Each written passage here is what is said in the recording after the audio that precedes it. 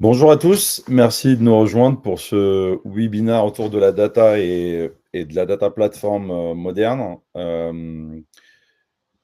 Donc on va peut-être attendre un petit peu, on va peut-être pas commencer tout de suite. Bon, euh, on va attendre l'ensemble des inscrits pour qu'ils puissent se connecter et puis on commencera le webinaire. On se laissera 5 minutes en attendant que tout le monde puisse nous rejoindre.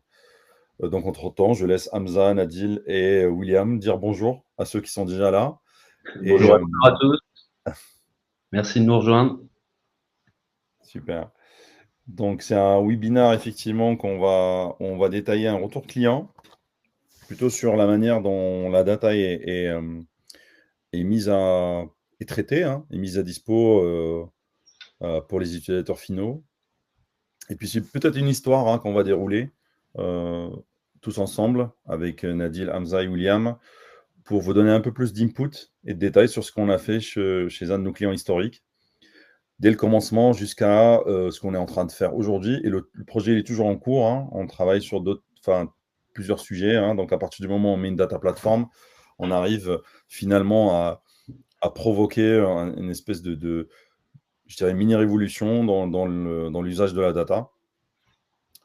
Puis voilà, donc on va essayer d'être le plus bref, concis possible, vous donner le détail qu'il faut, les plus importants, et surtout voilà, écoutez à la fin vos questions, si vous avez des questions, et comment BAW accompagne ses clients dans le cadre de ce type de projets, qui sont maintenant très importants dans les entreprises, et qui permettent en fait qui représente finalement un avantage vraiment compétitif quand on est dans un monde économique changeant, qui varie, et qui est pas du tout stable, avec tout ce qu'on voit et tout ce qui se passe à travers le monde.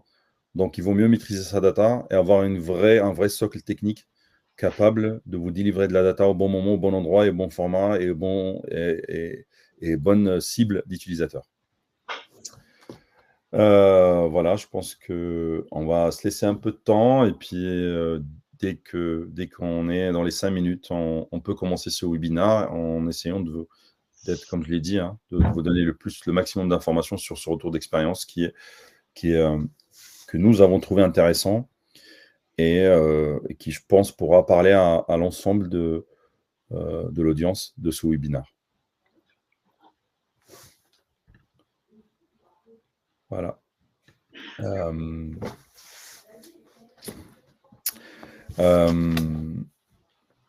Hamza, Nadil, vous voulez rajouter quelque chose en attendant de commencer je sais que je vous prends au dépourvu, mais n'hésitez pas si vous avez des choses à dire en attendant que la plupart de nos inscrits puissent se connecter. je pense que ce que je vous propose peut-être, Nadil et Hamza, vous parliez un petit peu de votre parcours qui vous a amené Oui. ici. Alors moi, j'ai commencé par travailler dans l'automobile, mais côté bureau d'études, vraiment pas informatique, de la conception de pièces, la conception d'outillage, ce genre de choses. Et c'est ensuite j'ai fait une reconversion dans l'informatique et j'ai pu travailler pour des clients dans la course automobile. Donc j'avais déjà en fait une appétence métier et j'ai appris la compétence technique informatique, donc ce qui me permet d'être vraiment proche du client, de comprendre ses besoins, de bien comprendre le métier. Et ce qui m'a amené à la data, donc moi j'étais plutôt développeur quand j'ai effectué ma reconversion. Et en fait, les métiers de la data sont vraiment très intéressants, surtout en ce moment, c'est des problématiques qui deviennent de plus en plus prépondérantes pour les entreprises. Et en plus, ça permet de toucher à plein de choses. C'est vraiment passionnant et c'est vraiment un monde qui bouge énormément. De mon côté, moi, j'ai toujours été technique. J'ai démarré ma carrière dans la data, dans la grande distribution, avant de bifurquer vers le conseil. J'ai touché un petit peu à DataVis, tout ce qui est data science, etc., avant de me poser, en tout cas, de choisir tout ce qui va être amené au data engineering et maintenant à l'architecture de données, les solutions d'architecture de données. Parfait. Bon, je vous propose qu'on commence. Il est 5 minutes. Puis de toute façon, c'est un webinaire qui sera toujours disponible en replay. N'hésitez pas, il y a des sondages qui sont postés qu'on a postés. Ça permet aussi d'avoir un peu votre retour sur où vous en êtes par rapport aux réflexions autour de la data. Voilà. Donc, William, je te laisse la main. Yes, merci Darik. Donc le webinaire va se dérouler en 2 phases. Alors 3 phases, pardon. Premièrement, Tariq va vous présenter sommairement la société BAW, va ensuite vous expliquer quelles sont nos démarches méthodologiques sur l'implémentation d'une démarche data-driven chez nos clients. Suite à quoi nous allons vous présenter l'application de ces méthodologies dans un cas concret d'un client qui intervient dans la course automobile. Et on pourra par la suite répondre à vos questions éventuelles. Donc, ce que je vous propose, c'est rapidement un petit tour de table sur quel a été notre rôle dans ce projet client. Donc moi, William, je suis Delivery Manager dans le cadre de ce projet. Alors, Tariq Zaboul, je suis le responsable de l'offre BI Data Management chez BAW. Hamza Azou, j'ai été responsable d'architecture de la solution. Et Nadi Edouard Azizou, je suis Data Engineer. Voilà, super. Écoute, Tariq, je te propose de démarrer ta présentation. Tu partages peut-être la présentation? Ah. Bon, c'est pas grave. Donc on a un jeu de slides qu'on va. Le but c'est de mettre un contexte en fait à ce webinaire et surtout parler aussi de BAW parce que je ne sais pas si tout le monde sait ou connaît BAW et c'est ce qu'on fait. Ok, j'arrive. Donc juste pour partager et derrière, moi je vous parlais de 2 notions en fait. Qui sont des notions qui vont être abordées lors de cet échange, l'échange qui sera entre William et Hamza, qui vont nous donner un peu plus de détails sur ce qu'ils ont fait. Donc rapidement, BAW, nous sommes une USN de 24 ans d'âge, créée en l'an 2000, plus de 350 consultants, avec des bureaux à Paris, Caen, précisément Colombelles, à Londres, Bruxelles, Luxembourg et à Maurice. On travaille sur 3 grandes activités. Donc, comment on accompagne nos clients, on va les accompagner sur tout ce qui va tourner autour du conseil et accompagnement, donc tout ce qui va tourner autour des problématiques métiers. On verra tout à l'heure dans l'autre slide les savoir-faire. Tout ce qui va toucher l'intégration de solutions, l'expertise sur les solutions, la mise en place des projets d'intégration et tout ce qui va tourner autour des centres d'expertise d'excellence. Voilà notre positionnement. Et puis, dans le slide suivant, nous avons en fait l'ensemble des savoir-faire. Comme je l'ai dit, on accompagne les différents métiers, enfin les principaux métiers de l'entreprise, les CFO, les COO, les CHRO, CIO et CIO, sur différentes initiatives, plutôt liées à leur métier, sur des process métiers, des réflexions autour de la digitalisation qui commencent par le métier et qui arrivent derrière, qui enclenchent un certain nombre d'initiatives techniques. Et puis sur la partie technique, on va accompagner sur, comme je l'ai dit, sur de la digitalisation. Donc on a une Digital Factory qui est basée à Caen, dont fait partie Hamza, Nadil et William. On va accompagner nos clients sur tout ce qui va tourner aux alentours des problématiques cloud, DevOps, d'architecture, d'infrastructure, et sur 3 gros ERP, PeopleSoft, IFS et SAP. Donc, on a des équipes qui peuvent accompagner nos clients sur ces thèmes-là. Et puis, le dernier on va dire, activité, c'est la data et l'analytics, d'où le webinaire d'aujourd'hui. Et on va accompagner nos clients sur différentes phases dans leur réflexion autour du traitement de la donnée et de sa mise à dispo pour le business. Voilà. Et donc, en fait, comme je l'ai dit, aujourd'hui, on va parler, en tout cas, moi, je vais peut-être poser le contexte en fait de 2 notions qui vont être abordées. Et la première notion, c'est qu'est-ce que c'est qu'une data platform? Alors là, sur ce slide, on a une espèce de schéma tiré de Microsoft qui représente typiquement une data platform moderne, où là, on voit en fait un certain nombre. Alors pour donner une définition d'une data platform, c'est assez simple, c'est une suite de services de solutions ou de logiciels qui vont permettre, la collecte de données, son stockage, sa transformation et son processing et sa mise à dispo. Et en fait, c'est les 4 grosses barres grises qu'on voit qu'une data platform doit pouvoir, à lesquelles doit pouvoir répondre.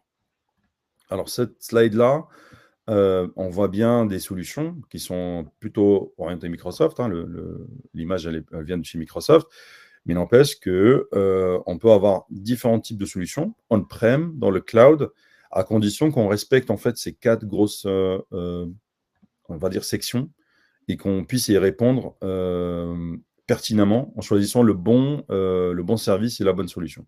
Alors, il y a beaucoup d'avantages à une data platform moderne. Ça va être le point central de votre donnée. C'est-à-dire qu'on va casser les silos, on ne va plus avoir des données disparates partout.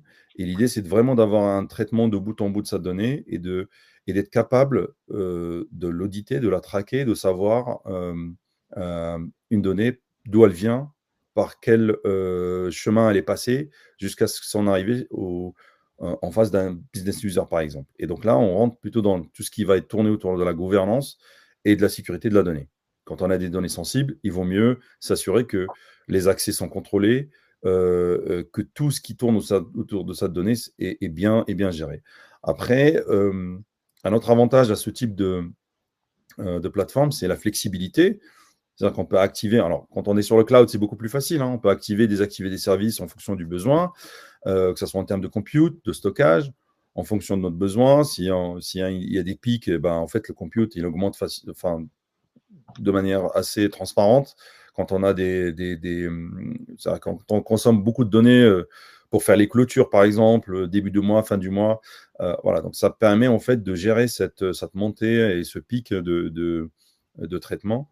Et puis la qualité de données. Alors, on sait qu'un des gros problèmes des entreprises, c'est une donnée de bonne qualité. Il faut avoir une donnée de bonne qualité. Et en fait, une data platform moderne, elle est dans ce sens. Le but, c'est d'assurer que votre donnée qui va être consommée à la fin, que ce soit par un business user ou une application tierce, que ce soit une donnée de confiance. Et ça, c'est un très, très gros challenge qu'on rencontre nos clients et les personnes avec qui on discute, parce que voilà, il y a différentes façons de le traiter en fonction de votre maturité, en fonction du socle technique que vous avez. Mais sachez que c'est un des gros points que va résolver une data platform moderne. Donc ça, c'est la première notion qu'on abordera dans un deuxième temps avec Hamza, Nadil et William. Et puis, il y a un deuxième point qui va être abordé aussi. Alors, je ne sais pas si vous êtes tous familiers avec ce qu'on appelle une architecture médaillon. En fait, tout simplement, c'est une façon de traiter la donnée que vous allez vouloir mettre en analyse, par exemple. Donc, au lieu d'avoir une seule couche de données, on en a 3. Donc, on a bronze. Alors, faites pas attention, le mot bronze, il est mal écrit, c'est dans l'image. Et puis, en fait, la couche bronze, c'est ce qu'on appelle la landing zone. C'est-à-dire qu'à partir du moment où on va ingérer de la donnée, elle va atterrir dans cette zone. Et ce qu'on va appliquer sur cette donnée, c'est juste des checks fonctionnels et techniques. Typiquement, si vous importez des données, je prends un exemple du marketing. Si vous exportez des données une donnée qui doit contenir des mails et que dans cette donnée, vous avez des chiffres, ce n'est pas une bonne donnée. Donc, à partir de cette zone, vous êtes capable assez rapidement de détecter ce qui ne va pas en fait dans votre donnée. Et donc, ne pas la passer en gold parce qu'elle n'est pas bonne. Et donc, ne pas perturber vos utilisateurs finaux. Et puis, dans la couche silver, ce qu'on va faire, c'est qu'on va appliquer des transformations, on va nettoyer la donnée, on va la structurer, on va la filtrer en fonction des règles business et de ce qu'on cherche à faire, effectivement. Et derrière, on va pousser cette donnée en gold. Et en fait, quand on la pousse en gold, c'est que c'est une donnée de confiance. C'est qu'on a confiance dans cette donnée, on peut la communiquer aux utilisateurs derrière qui vont prendre cette donnée et l'intégrer dans le pilotage de leur activité et en faire vraiment un avantage compétitif et être vraiment capable de se fier à vous en tant que, s'il y a des gens de la DSI, c'est toujours le même discours, le même échange qu'on a entre le IT et le métier. C'est, en fait, je consomme une donnée, est-ce qu'elle est bonne, en fait. Et donc, cette organisation, elle a aussi beaucoup d'avantages qui sont couplés avec la data platform moderne. Mais surtout, pour moi, le plus important, c'est que la donnée qui est consommée, elle est de confiance. Et qu'on arrête de faire des allers-retours entre les métiers et les IT en ne comprenant pas les chiffres, en ne comprenant pas la donnée, en disant, voilà, enfin, en ayant des problèmes et des allers-retours qui parfois être frustrants pour tout le monde. Donc voilà, c'est une notion que dont vous allez entendre parler par la suite et qui a été mise en fait chez notre client historique et on vous fera un retour un peu plus détaillé avec Hamza. Alors, pour mettre, là je vois plus William, malheureusement, et donc en fait j'avais un slide plutôt sur une démarche construite. J'espère que William va revenir et puis va présenter le slide. On peut continuer quand même, je peux vous en parler. Donc, c'est un slide qui reprend 8 étapes pour mettre en place une démarche data platform moderne. Alors, c'est une approche globale. Tout va dépendre de votre besoin, de votre maturité, de vos équipes, de votre socle technique. Et en fait, cette démarche, elle est là pour guider en fait la mise en place de sa data platform en fonction de là où vous êtes. Et on va pouvoir vous accompagner en fait à travers cette démarche-là pour mettre en fait voilà. Donc c'est un slide qui est quand même assez fourni. Voilà, comme je l'ai dit, on a 8 étapes et ces 8 étapes vont correspondre à certains de nos clients. C'est-à-dire qu'on peut avoir des clients qui ont déjà entamé la réflexion, qui ont déjà fait une évaluation de leur infrastructure, et ils ont besoin qu'on puisse concevoir la plateforme avec eux. On va avoir des clients qui sont beaucoup plus avancés, qui ont peut-être besoin de faire cette itération, parce que quand vous construisez une data platform, elle est pas le but, c'est pas de la construire. Le but, c'est de la mettre en place pour en faire usage en termes de données pour vos équipes. Et en fait, il faut toujours être dans une itération. C'est-à-dire, chaque fois que vous construisez des choses, il faut mettre en place une gouvernance qui ne va pas remettre en question ce que vous avez fait, mais qui va toujours se poser la question sur ce que vous êtes en train de faire, est-ce qu'il est toujours valable ou pas. Et donc, voilà, donc il y a ces étapes-là. On peut passer 1 heure, 2 heures dessus avec vous pour vous les expliquer en détail et comment nous, on travaille là-dessus. Malheureusement, pour ce webinaire, on n'a pas le temps, mais je serais ravi d'exposer ça, de l'exposer à vous sans aucun problème. Alors, je pense que j'ai fini en fait sur sur les 2 notions dont je voulais vous parler, et puis l'approche de mise en œuvre. Et je passe la parole à William, qu'avec Hamza et Nadil vont nous parler un petit peu de ce qui a été fait chez notre client historique, du commencement jusqu'à l'état actuel de la data platform qui est mise en place. William, je te rends la parole. Yes, merci beaucoup Tariq. Donc voilà, Tariq vous a présenté l'ensemble des démarches méthodologiques qu'on a la volonté d'appliquer dans nos projets clients. Et donc on va mettre ça à l'épreuve d'un contexte concret avec ce fameux client historique de BAW. Sur ce slide, vous voyez l'état actuel de la data platform et on va vous dépeindre la construction pas à pas de ce modèle. Donc Hamza, toi tu étais à la genèse du projet. Est-ce que tu peux nous en dire un peu plus sur comment est-on arrivé à une telle infrastructure? Oui, pour redonner un peu de contexte, chez ce client, on s'occupait principalement de la fourniture de la maintenance de rapports de data viz avec Power BI, jusqu'au jour où nous avons reçu un besoin d'un PMO pour pouvoir suivre les changements dans les demandes qu'il traite.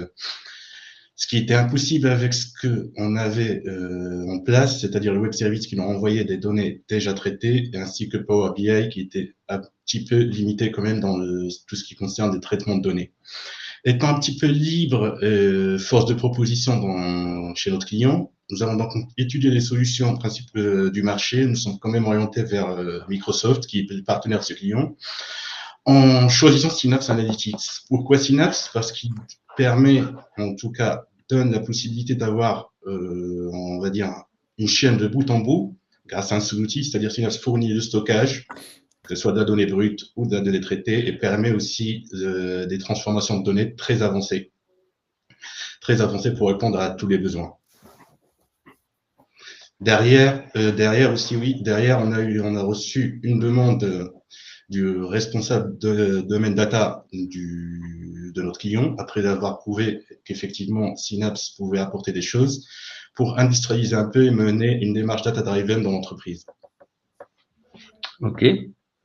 Merci Hamza. Donc, dans le cadre de ces extractions SAP, qui était donc le premier socle du système d'information concerné par le Data Lake, quels choix techniques vous avez réalisés et pourquoi?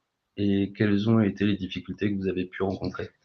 Le premier choix technique avait déjà été fait, c'est donc Synapse, qui nous a permis qui nous a permis d'industrialiser un petit peu cette approche.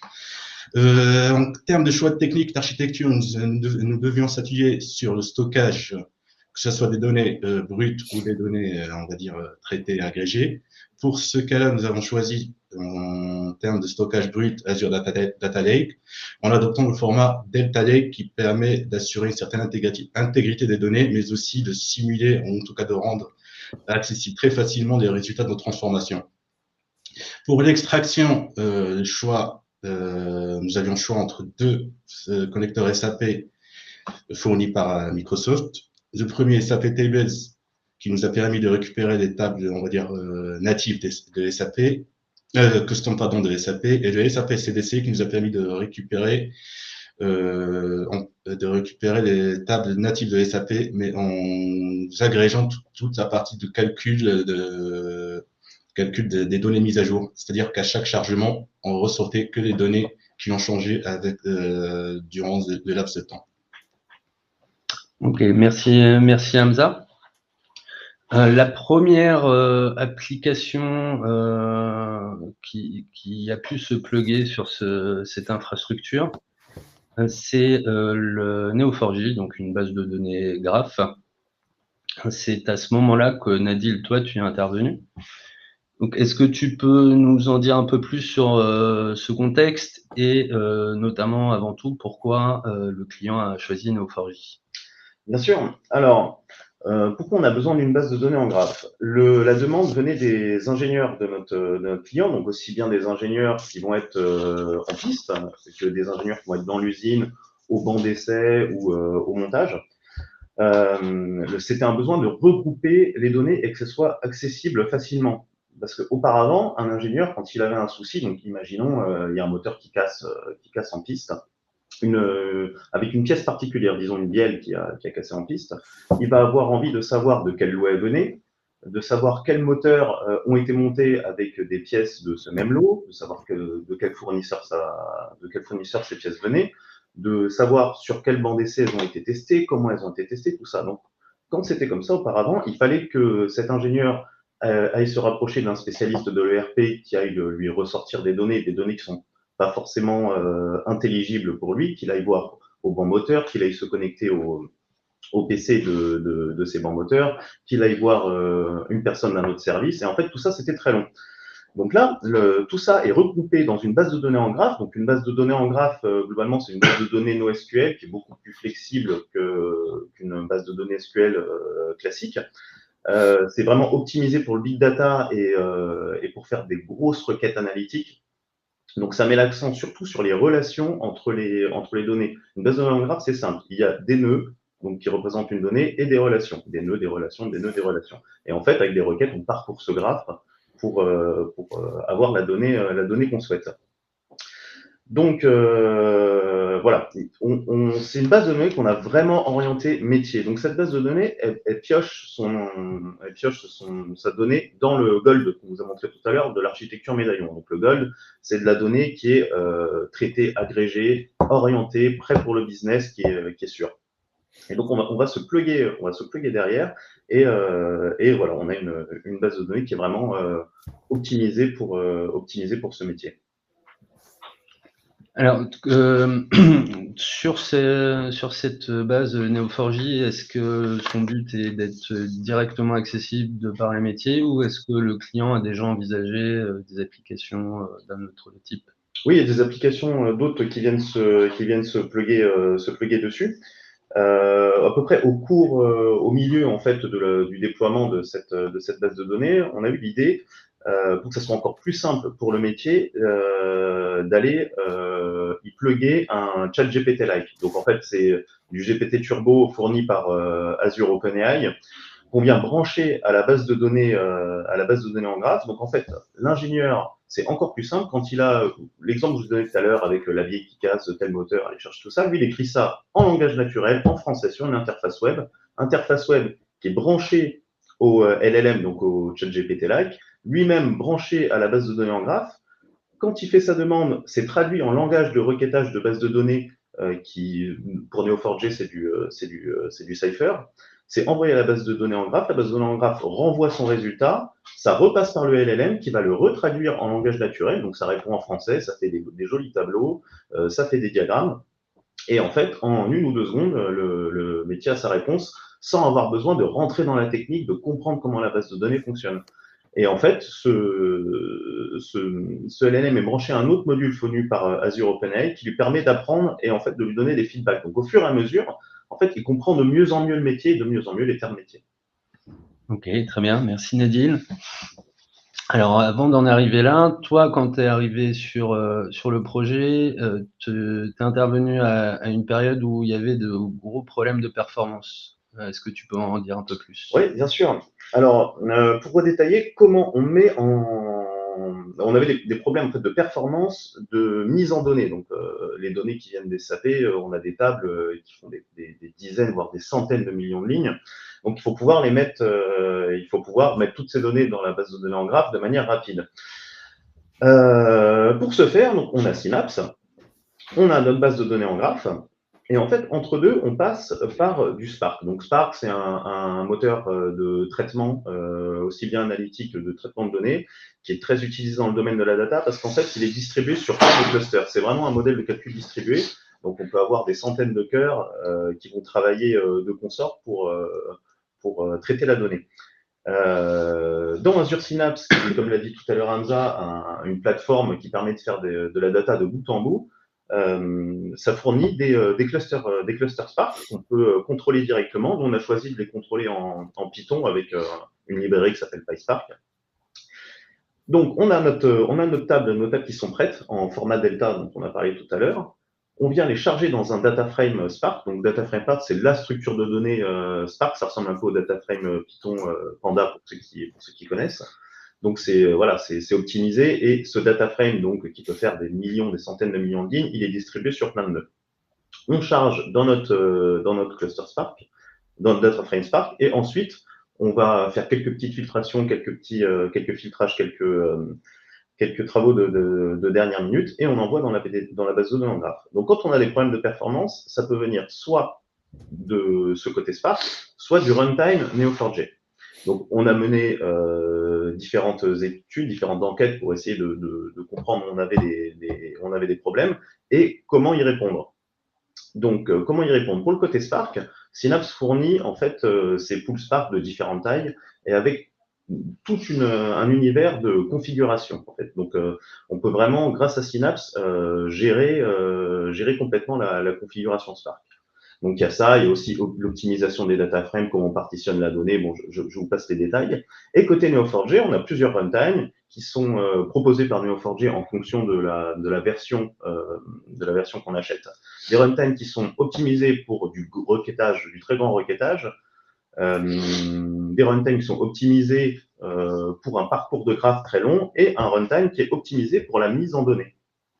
Donc voilà, on a utilisé ce runtime. Autre chose importante, vu qu'on a fait une mise en données incrémentielle, parce qu'on a commencé en POC, on a commencé par mettre quelques nœuds, après en rajouter de la donnée, et en fait, à chaque fois qu'on rajoute de la donnée, pour éviter d'avoir des doublons, on envoie une requête qui merge les données. Donc, ça va parcourir toutes les données, voir si le nœud n'existe pas, et s'il n'existe pas, on rajoute le nœud. Le souci, c'est que quand on a des centaines de millions de nœuds, ça peut prendre un petit peu de temps. Donc, le mieux, quand c'est comme ça, c'est de ne pas faire de merge, mais de créer simplement la donnée dont on a besoin. C'est pour ça qu'on a mis en place ce qu'on appelle du Change Data Capture, grâce au delta, c'est la puissance du delta. Donc, le delta se base, on a parlé un petit peu tout à l'heure, sur un fichier parquet. Le fichier parquet, c'est très commun dans la data. Vous imaginez un gros CSV, mais en colonne, ultra compressé. Et en fait, le delta, c'est une surcouche de ce parquet qui permet une historisation complète des transactions et des modifications qu'il y a sur la donnée. Donc, grâce à ça, on a ce qui est appelé un change data feed. Donc, en fait, pour chaque donnée, on va voir quand est-ce qu'elle a été modifiée, si elle a été supprimée, s'il y a eu un ajout dans la table. Et grâce à ça, on peut en fait directement créer dans la base seulement les données qui ont été ajoutées ou modifiées, ce qui fait qu'on a un gain de performance d'à peu près un facteur 1000. Ensuite, une dernière petite chose aussi, on a étudié la possibilité de faire des agrégations de dernière minute, soit dans Spark, soit dans les data flows que propose Synapse. Donc, Synapse, de base, c'est un ETL, donc Extract, Transform, Load. Et les data flows, c'est ce qui permet, donc c'est le cœur de Synapse, c'est ce qui permet de faire ça. Donc, nous, on avait choisi de les faire dans Synapse avant d'arriver en Gold. Comme ça, en Gold, on a vraiment notre donnée parfaite. Et grâce à ça, on a vraiment répondu à tous nos problèmes de performance. Ok, très bien. Alors, on avait encore plein de choses à dire sur la base de données graph, mais le temps file. Donc, ce que je te propose, Nadil, c'est d'évoquer d'autres contextes sur lesquels tu as pu intervenir. Bien sûr. Alors, sur la data lake, donc au début, on a parlé des SAP, mais très rapidement, il y a eu plusieurs outils qui se sont branchés dessus et on a pu mettre en base des données dans d'autres sources. Donc, tout d'abord, il y a l'EPM de notre client. Donc, l'EPM, c'est Entreprise Performance Management, qui permet de faire des rapports financiers, de budgétiser, de planifier. Donc, qui est venu se plugger sur notre data lake, qui prend les infos dont il a besoin. Donc, le gros avantage de Synapse aussi là-dessus, c'est que on a des tables en delta. Donc, les tables delta, c'est pas directement utilisable par le PM. Le PM, il lui faut de la donnée plus intelligible. Donc, Synapse permet d'avoir ce qu'on appelle un pool SQL serverless. Et donc, en fait, c'est une représentation de nos tables delta en SQL. Donc, à partir de ça, on peut créer un endpoint sur lequel vient se connecter le PM. Et tout ça se fait en 3 clics dans Synapse. Ça évite d'avoir à créer une autre base de données. Ensuite, on a eu des données de la performance moteur, donc des équipes qui gèrent la performance. Donc, il faut savoir que sur une voiture, il y a énormément, une voiture de course, il y a énormément de capteurs qui envoient des données tout le temps. Ça peut être des données 2 à 300 types de données différentes à des fréquences qui allant de 100 à 1000 Hz. Donc, vous avez 1000 mises à jour de données par seconde. Donc, je vous passe le schéma complet, mais globalement, on va ingérer ces données grâce notamment à Apache Kafka. Donc, Kafka, c'est un message broker qui permet de faire du streaming de données et de l'ingestion en temps réel. On plug ça sur notre data lake et derrière, on a des data scientists qui vont utiliser ces données pour pouvoir faire de la prédiction, pour pouvoir étudier la performance grâce à des dashboards donc, qui viennent se plugger sur notre data lake. On a aussi des données du PLM, des données du soft de gestion de projet, des données qui viennent directement des bancs moteurs. On a pas mal de choses. Et on a aussi évidemment plusieurs rapports Power BI qui viennent se plugger dessus pour les équipes achats, les équipes finances et ce genre de choses. Donc, on a vraiment de plus en plus de données qui arrivent sur notre data lake et c'est utilisé par beaucoup d'équipes dans l'entreprise. C'est vrai. Merci Nadil.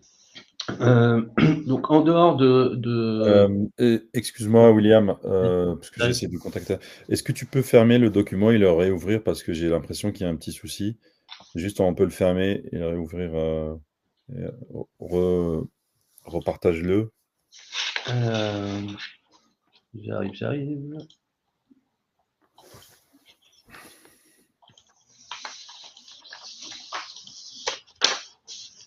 Est-ce mieux? Okay. Bon.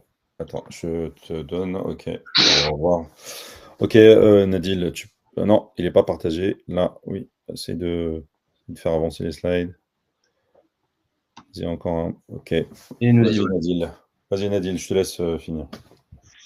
Pour finir, je peux vous parler rapidement de comment les concepts DevOps et de CI/CD sont appliqués à notre cas, parce que on a plusieurs outils, il faut faire attention à être performant dans l'industrialisation de nos outils.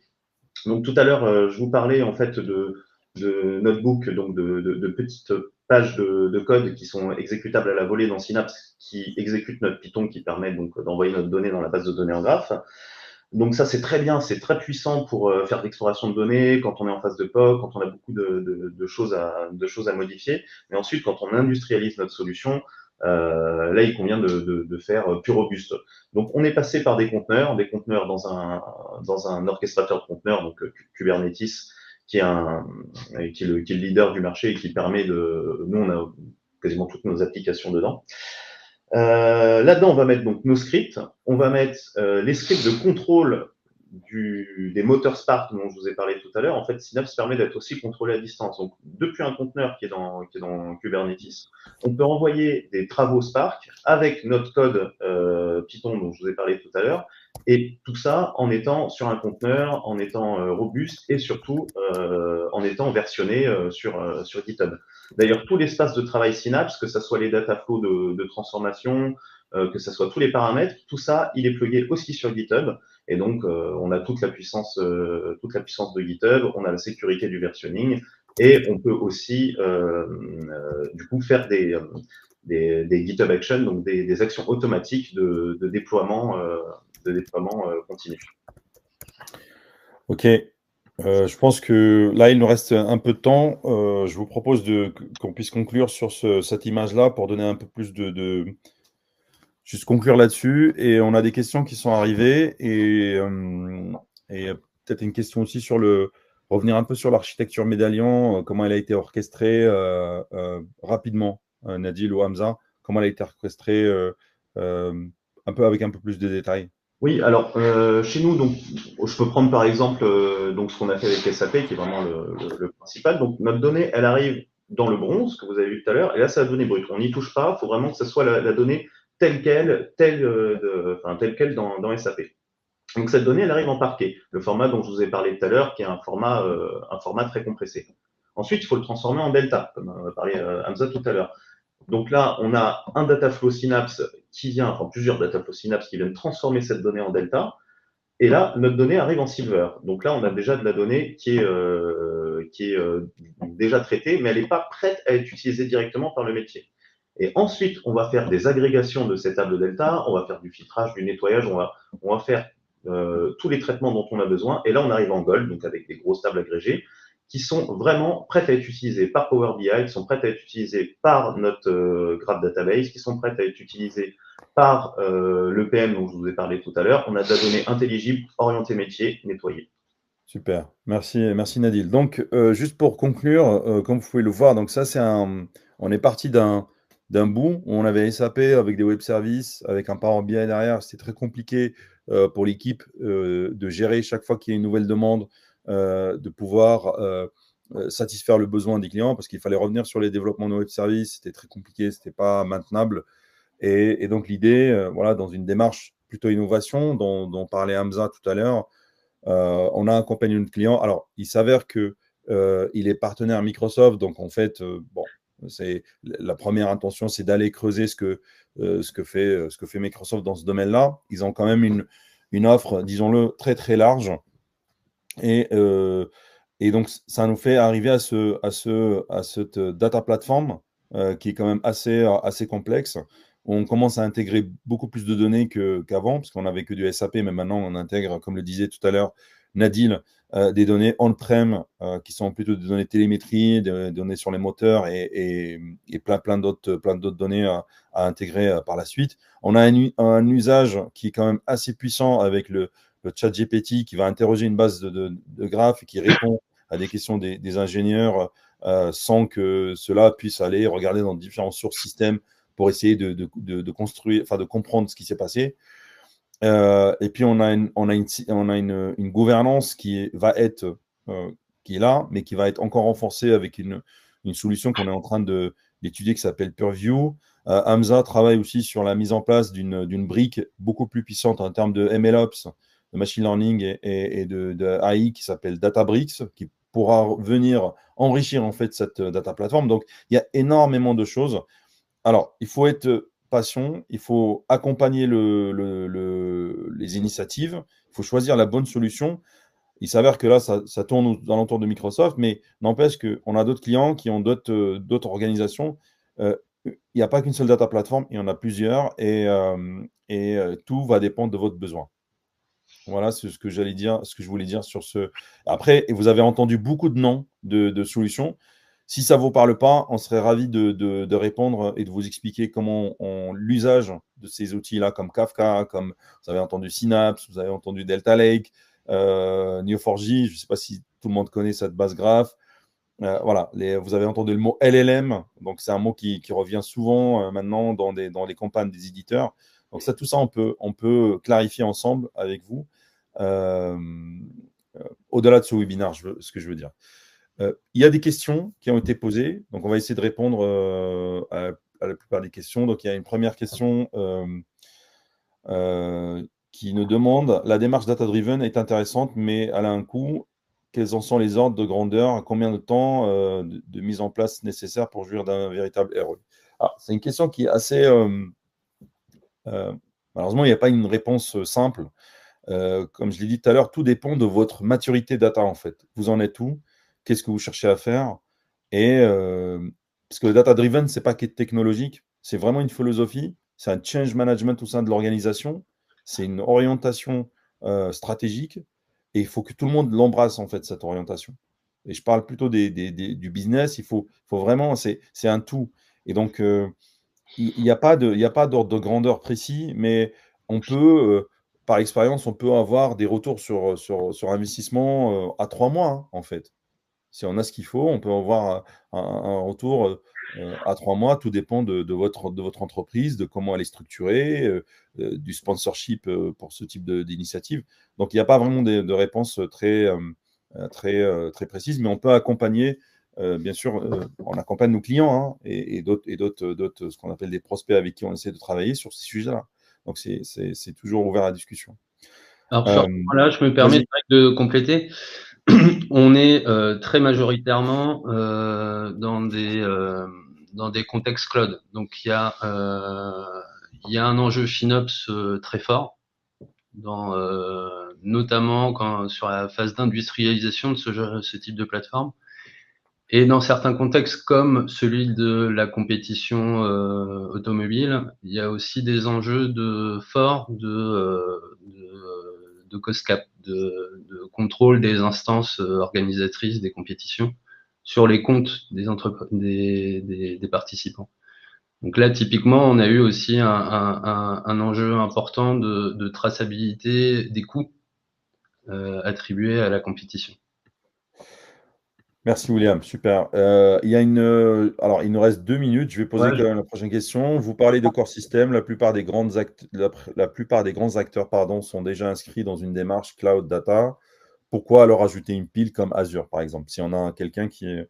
je peux si ça vous va, Benjamin, pour ta question. Alors, pourquoi Azure? Déjà, ça dépend vraiment de votre contexte. Si vous avez déjà du Microsoft, comme c'est assez souvent le cas dans des entreprises, rajouter une couche Azure est vraiment simple. Ça se connecte. Alors, quand je parle d'Azure, je parle d'Azure Synapse. Ça s'intègre très bien dans le système qui est déjà en place. L'avantage de ces plateformes type Synapse, c'est qu'on a toute la data de bout en bout. En fait, ça regroupe plein d'outils. On appelle ça des ETL, mais en fait, c'est bien plus qu'un ETL. Ça permet d'avoir aussi bien le stockage, donc le data lake, que ces flows de transformation, que les pipelines d'ingestion, que des outils de machine learning directement intégrés. Ça regroupe en fait vraiment plein d'outils qui habituellement sont sur plein de systèmes et plein de produits différents. Il reste 30 secondes. Je pense que le webinaire va être clôturé à 45. Merci à tous. De toute façon, on essaiera de répondre à vos questions. Je pense qu'on a vos emails. On vous enverra des réponses Merci à tous d'avoir assisté à ce webinaire. Merci à Hamza, William, Nadil, à notre équipe marketing qui a organisé ce webinaire avec nous. Merci à eux pour leur travail. Et puis, on sera toujours ouvert aux discussions avec vous et vous apporter des réponses. Merci à tous. Merci. Au revoir.